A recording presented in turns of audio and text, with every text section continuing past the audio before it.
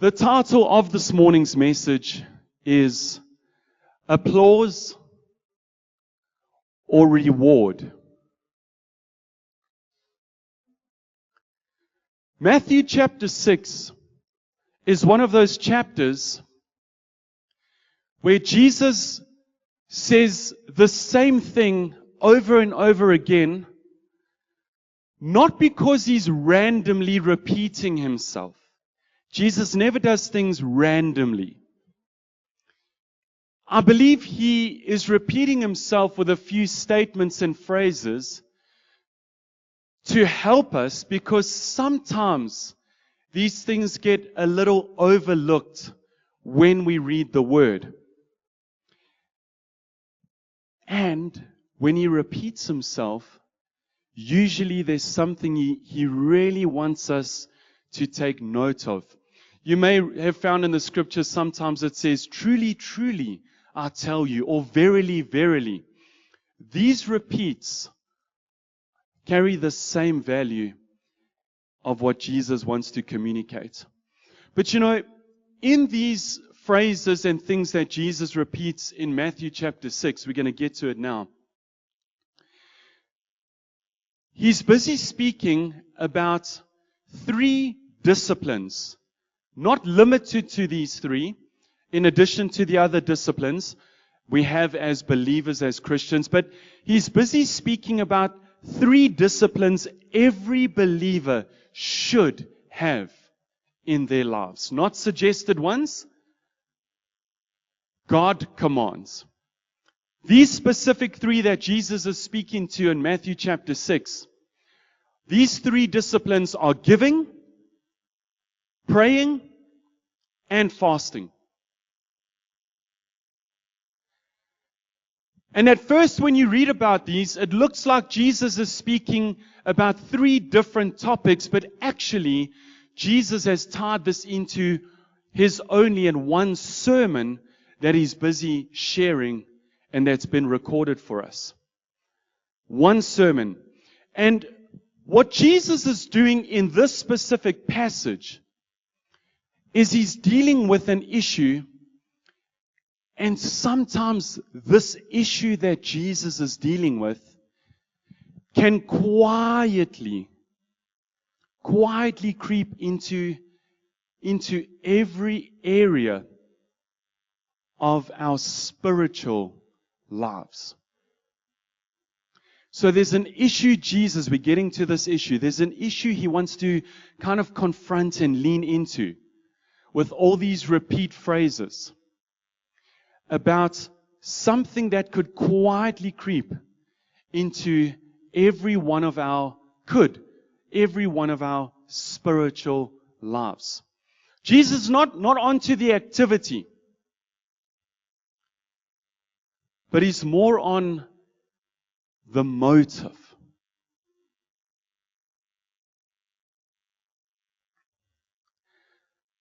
Not simply, what are you doing?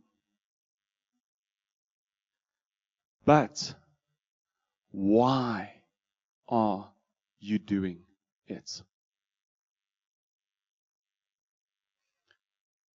So again, throughout the passage in Matthew chapter 6, Jesus repeats two phrases. And the one thing he says three times, the one phrase he says three times, and those are three warnings. And the other phrase he also says three times. But there is a promise that is connected to that specific phrase. Turn with me to Matthew chapter 6. And we're going to begin with one of those phrases. And I'm going to show you three places that he says and leans in to the warning. Matthew chapter 6, verse 2. And this is when Jesus is speaking about our giving, right? He's speaking about giving in this preach of his. He says, "So when you give to the needy," when you give in general, Do not announce it with trumpets, as the hypocrites do in the synagogues and on the streets, to be honored by others. Truly I tell you, they have received their reward in full. A few verses lower, Matthew 6 verse 5.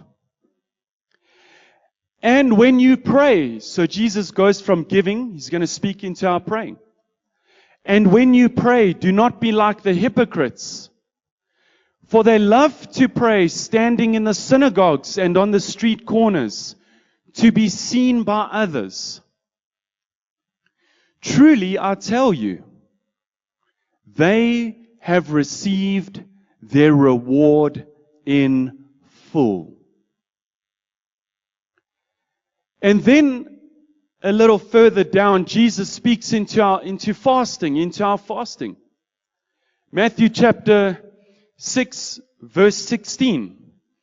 And when you fast, not if, when you fast, do not look somber as the hypocrites do, for they disfigure their faces and show others they are fasting.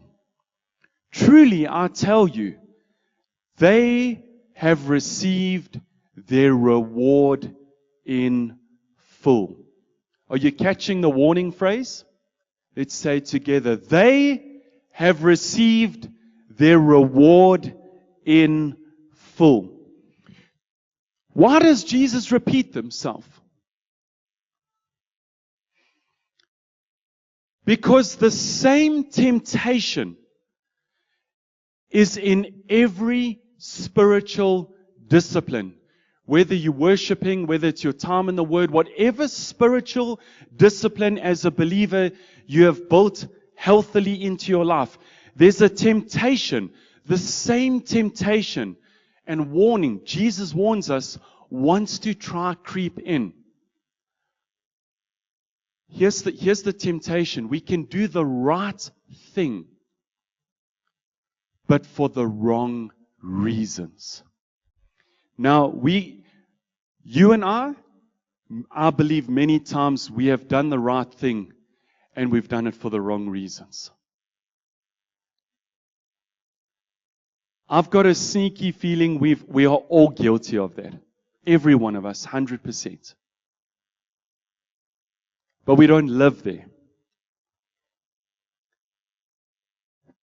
But there is a temptation to do the right thing, but for the wrong reasons. That is a deep internal heart space where sometimes people in our lives don't go, but we cannot fool the Lord. He knows every time when we've said yes and why.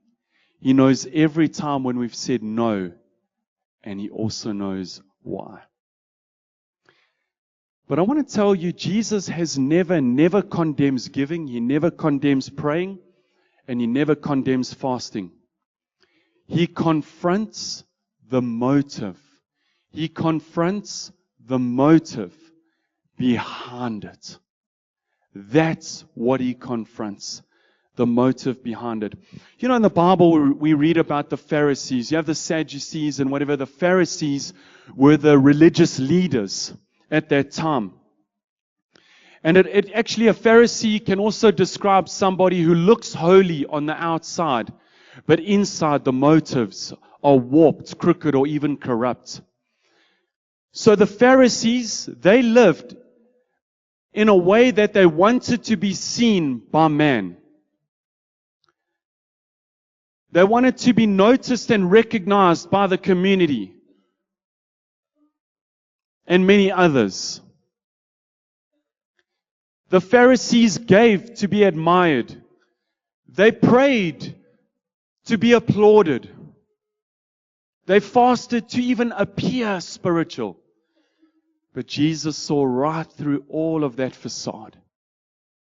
All of that fake outward appearance, Jesus sees straight in to what they were doing and why they were doing it.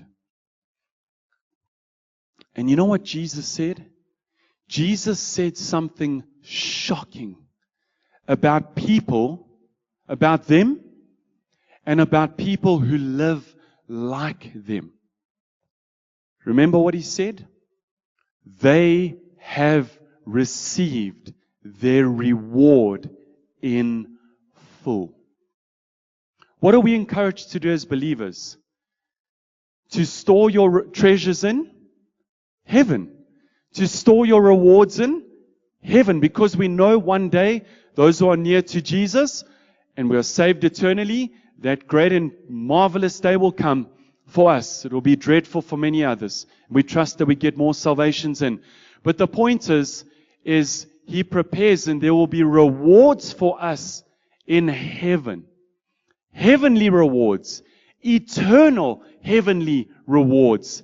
And here Jesus says, they have received their reward in full.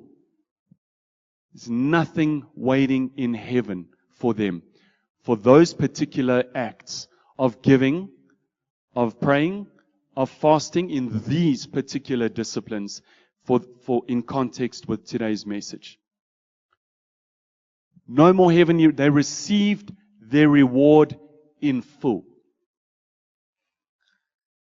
If applause is what they wanted, applause is what they got. And the praise of man, the praise of people, do you know what that became for them, those Pharisees, and those of us who live like that? It becomes the payment for their obedience. Because we are obedient to Jesus when He tells us, build praying, fasting, giving, worshiping, hospitality. We're building these disciplines into our lives. This is obedience to the Word of God. It is obedience to Jesus, except they wanted to do it to be seen by others, and the applaud they received was their full reward. This was their reward. Well done.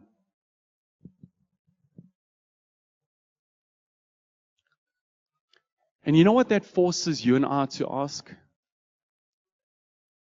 Who is our audience?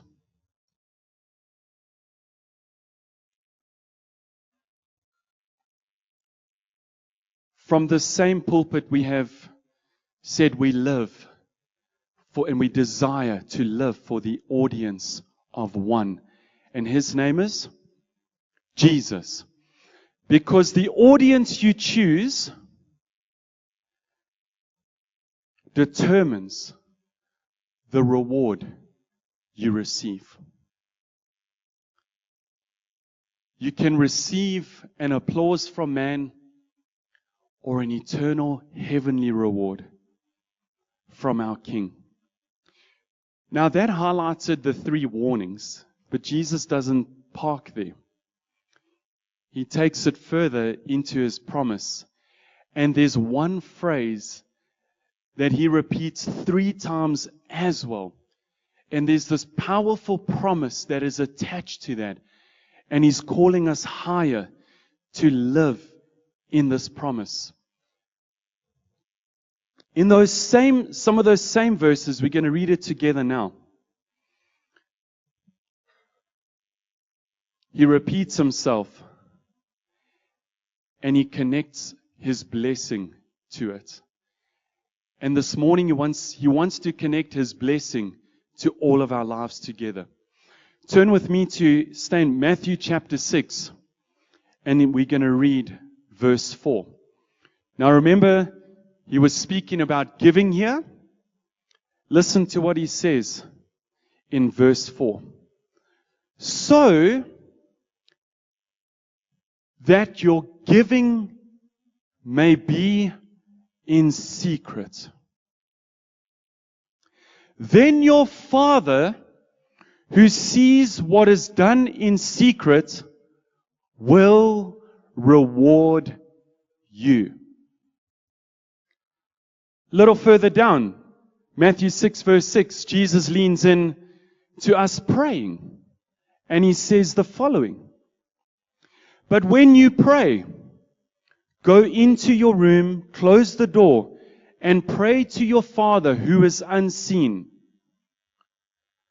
Then your Father, who sees what is done in secret, will reward you." And the third one, he speaks into our fasting. Matthew chapter 6, verse 18. And he says, "So that it will not be obvious to others that you are fasting, but only to your Father who is unseen. And your Father who sees what is done in secret," finish this with me, "will reward you." Family, people reward what they can see, but the Father rewards what only He can see.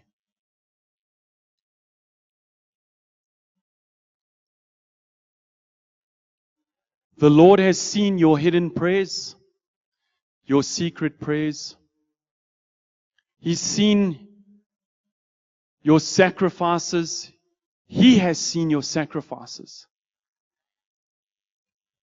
He's seen your quiet obedience when no one else has known.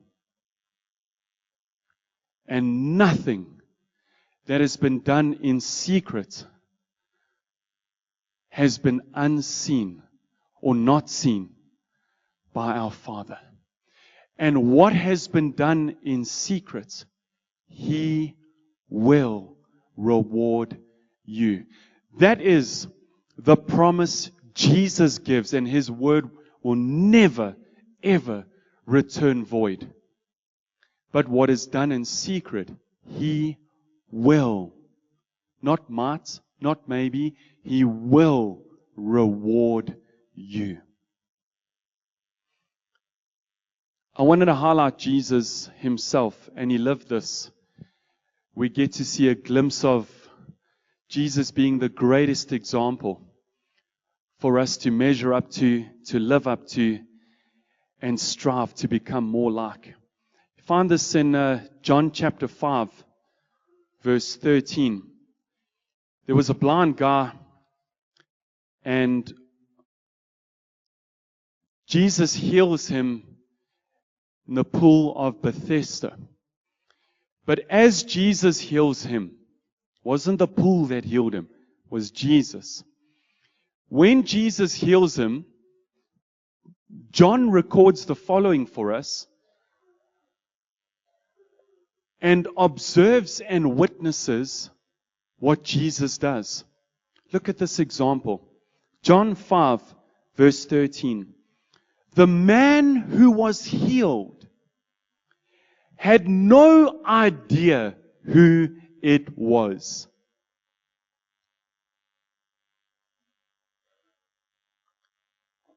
Just think about that for a second.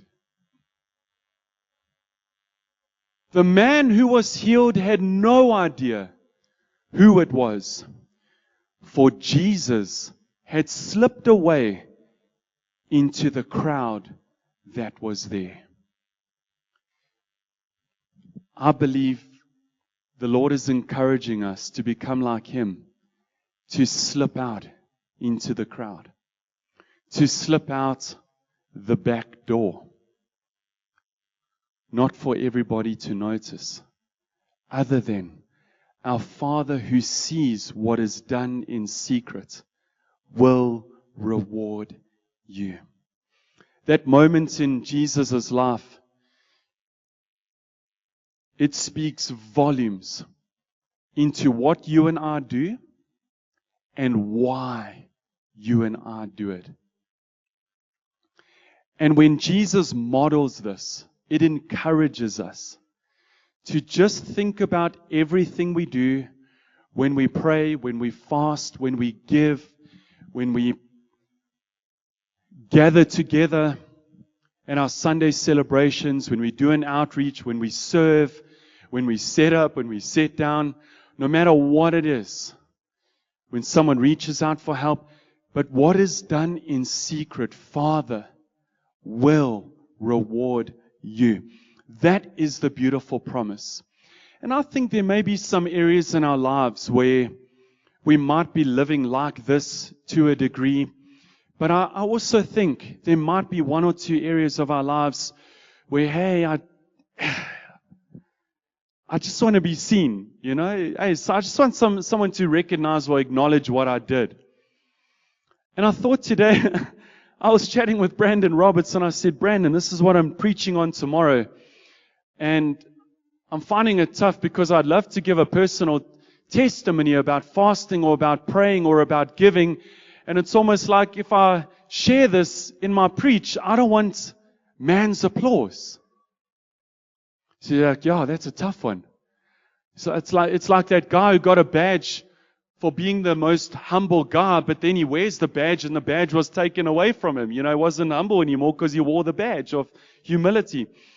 And I just believe that the areas in our lives God is calling us to rise up to is, hey,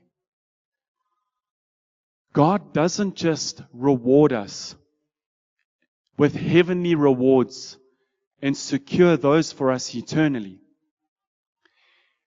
God loves rewarding you and me here on this very earth. He loves rewarding us. He wants to reward us. He has given us every spiritual blessing. He has held nothing back, not even His own Son, our Savior and Lord and King Jesus. But there are other things and resources and seed for sowers and just other blessings and things God wants to reward us with for the advancing of the kingdom, not supporting comfort and convenience. Right? Amen. The world has really given us a terrible view of this. And the world says your significance is from being noticed.